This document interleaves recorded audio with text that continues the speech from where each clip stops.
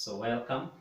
We're still on the X-ray tube, and we've seen that after the cathodes get to hit the target, a lot of heat is generated, and therefore it hits this anode.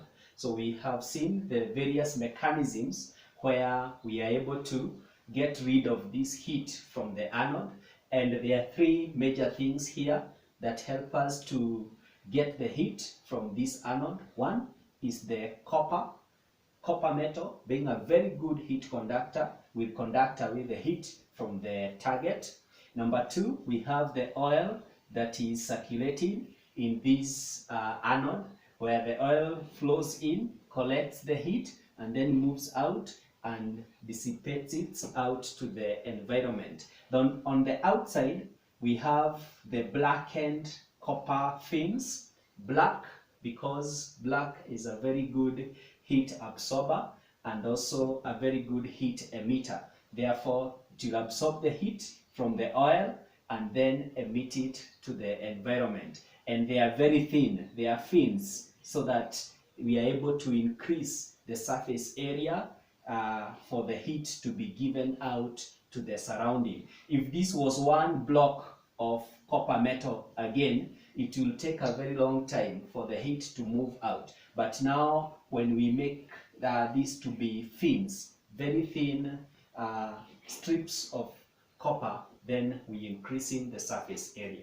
Please note, the target again, apart from it being made of a metal of high melting point, that's tungsten, it is tilted at an angle.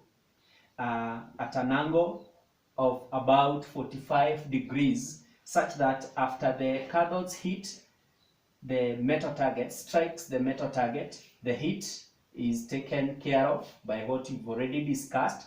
Then the X-rays are directed towards the window here. Please note, the window, we have the glass envelope here, and then we have the lead metal shield.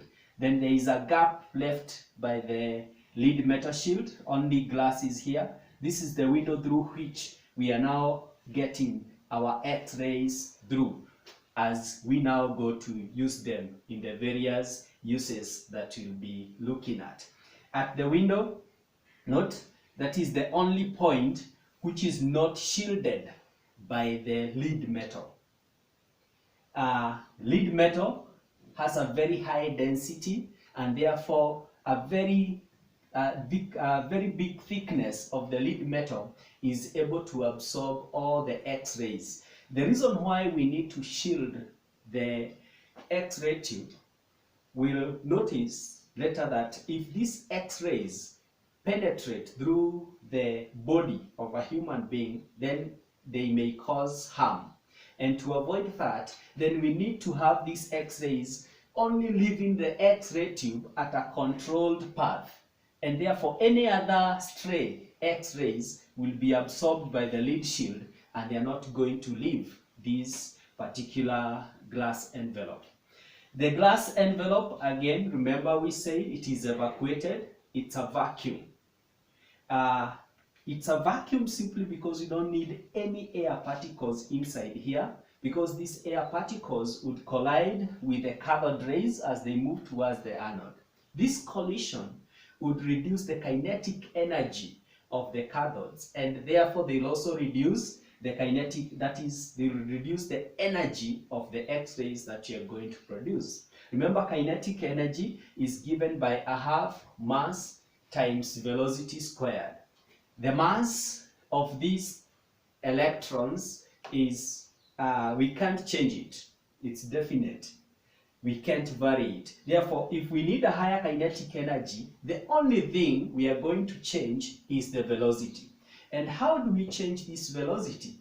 We change it by varying the potential difference at the anode.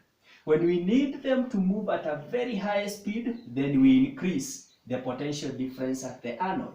When we need them to move at a low speed, then we reduce the potential difference at the anode. We call it the accelerating potential. So for higher energy, we increase the accelerating potential. For low energy, we reduce the accelerating potential. Again, we have the X-rays. We want to note that the X-ray tube is supplied power by a transformer. The transformer steps up or down the alternating current, meaning that this cathode and the anode are supplied with AC, the alternating current. And remember, the alternating current gets to increase, reduce, and then it changes direction in the opposite direction. Therefore, these cathodes will only move from the cathode to the anode when the anode is positive. In the other cycle, then the anode will be negative and relative to the cathode.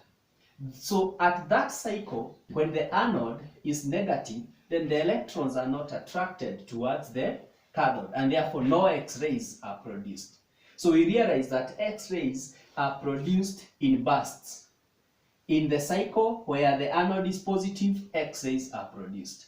In the cycle where the anode is negative, X-rays are not produced. Therefore, they'll be produced in bursts.